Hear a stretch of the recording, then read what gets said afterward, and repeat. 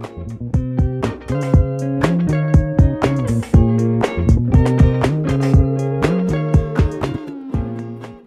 All, Aniket here and welcome to KDM kitchen once again. आज मी बनवतोय भरलेल्या भेंडीची भाजी.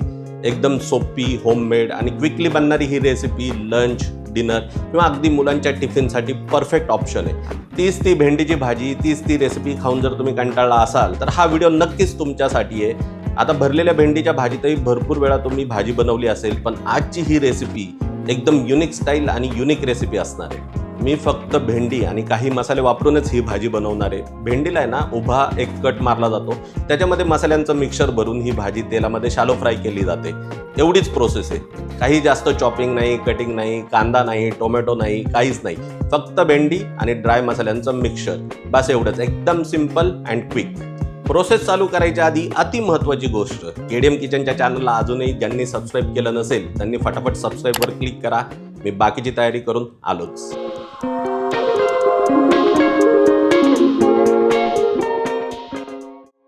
होप तुम्ही सगळ्यांनी सबस्क्राईब केलं असेलच. आता पुढच्या प्रोसेससाठी मी इथे घेतोय 250 ग्रॅम एकदम ताजी आणि फ्रेश भेंडी. आता भेंडी ताजी आहे, फ्रेश आहे हे कसं ओळखायचं, तर त्यासाठी भेंडीचं जे टीप असतं ना त्याला असं तोडून बघायचं. जर त्याचा इझिली तुकडा पडला तर भेंडी फ्रेश आहे. भेंडीला आता चांगलं धुवायचे. अशी जाळी वापरून तुम्ही भेंडीला इझिली वॉश करू शकता. एकदा भेंडी धुतली की तिला ड्राय करायचे. त्यासाठी मी इथे एक स्वच्छ नॅपकिन घेऊन भेंडीला असं पुसून घ्यायचे आणि जमेल तेवढं ड्राय करायचे. अशा प्रकारे आपल्याला सगळ्या भेंडींना कापडाने किंवा टिश्यू पेपरने पुसून घ्यायचे आणि एका बाउलमध्ये ठेवायचे. ॲडिशनली ही भेंडी फॅन खाली ठेवायची, म्हणजे उरलेलं मॉइश्चरसुद्धा निघून जाईल आणि आपली भेंडी परफेक्टली टोटल ड्राय होऊन जाईल. भेंडी आपण छान वॉश केली. भेंडीला ड्राय करण्यासाठी तुम्ही बघितलं मी क्लॉथ वापरलं. व्यवस्थित ड्राय करणं फार महत्त्वाचं आहे भेंडीला. यासाठी मी भेंडी 10 मिनिटासाठी फॅन खाली ठेवली आहे. आता हे भेंडीला ड्राय करणं का महत्त्वाचं आहे, तुम्ही जनरली जेव्हा भेंडीची भाजी बनवली असेल तर एक इश्यू कॉमनली फेस केला असेल की भेंडीची भाजी चिकट बनते.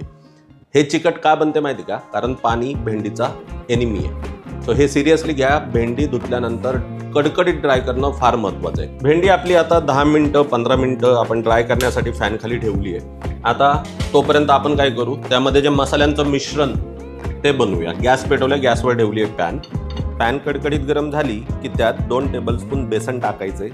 आता बेसनला साधारणतः 3 ते 4 मिनिटं भाजून घ्यायचे. गॅस लो फ्लेमवर ठेवून कंटिन्युअस स्टर करत हे बेसन भाजायचे. बेसन भाजलं नाही ना तर भाजी खाताना ते कच्चं लागतं, म्हणून बेसनाला 3 ते 4 मिनिटं असं भाजून घेणं महत्त्वाचं असतं. बेसन चांगलं भाजलं की त्याला असं एका बाउलमध्ये किंवा प्लेटमध्ये काढून घ्यायचे.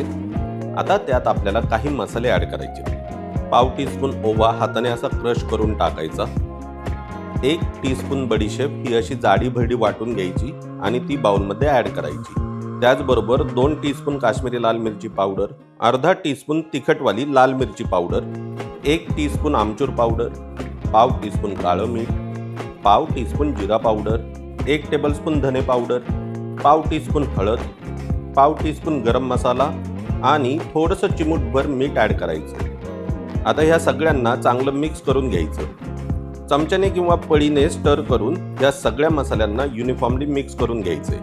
आता या मसाल्यांना बाइंडिंग ॲड करण्यासाठी बाउलमध्ये 1 टीस्पून तेल ॲड करायचे आणि हाताने किंवा चमच्याने परत एकदा मिक्स करून घ्यायचे. आपण ॲड केलेलं जे तेल आहे ना ते मसाल्यांना चांगलं बाइंड होऊन आहे ना त्यांचा जो फ्री फ्लो नेचर आहे ना तो कमी करेल.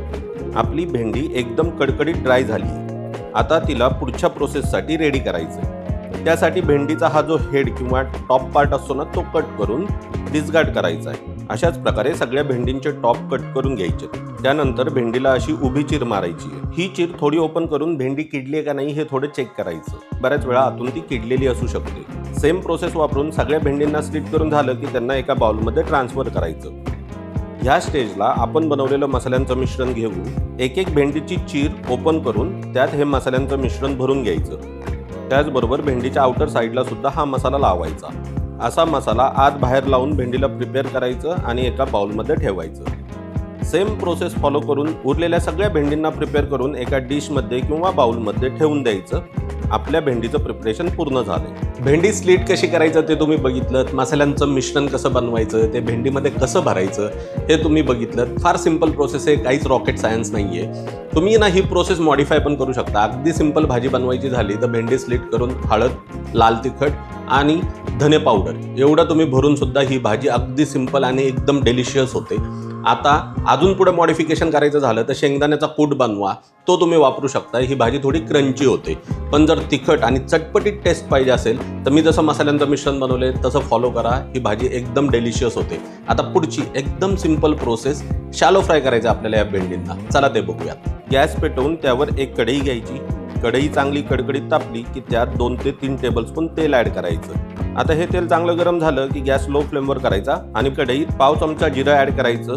जिरं थोडं फुललं की त्यात पाव चमचा ओवा आणि बरोबरच पाव चमचा हिंग ॲड करायचं। त्याच पाठोपाठ आपण प्रिपेअर केलेल्या सगळ्या भेंडी कढईत ट्रान्सफर करायच्या।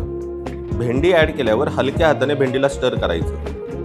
भेंडी तडक्याबरोबर चांगली मिक्स झाली की कढईत चिमूटभर हळद ॲड करायची, त्याचबरोबर चिमूटभर काश्मीरी लाल मिरची पावडर आणि थोडंसं चवीपुरतं मीठ ॲड करायचं। हे सगळं ॲड करून झालं की परत हलकं स्टर करून सगळे इन्ग्रेडियंट्स भेंडीसोबत युनिफॉर्मली मिक्स करून घ्यायचे। हलक्या हाताने स्टर करायचं, नाहीतर भेंडीतले मसाले बाहेर येऊ शकतात। आता कढईवर झाकण ठेवायचं आणि गॅस लो फ्लेमवर करून भेंडीला शिजवायचं।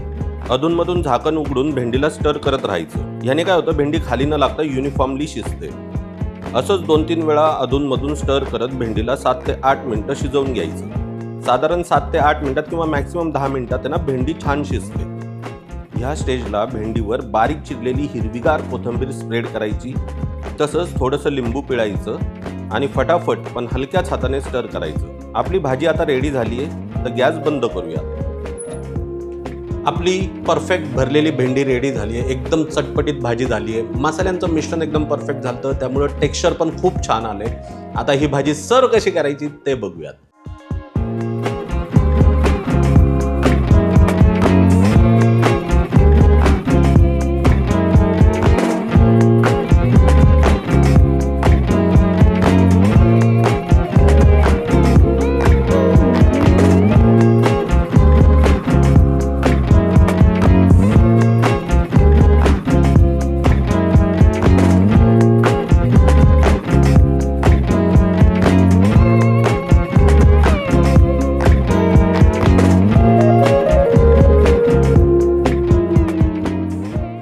तुम्ही बघितलं, खूप सोपी प्रोसेस आहे, खूप इझिली बनते ही भाजी आणि तरीसुद्धा खूपच डेलिशियस बनते।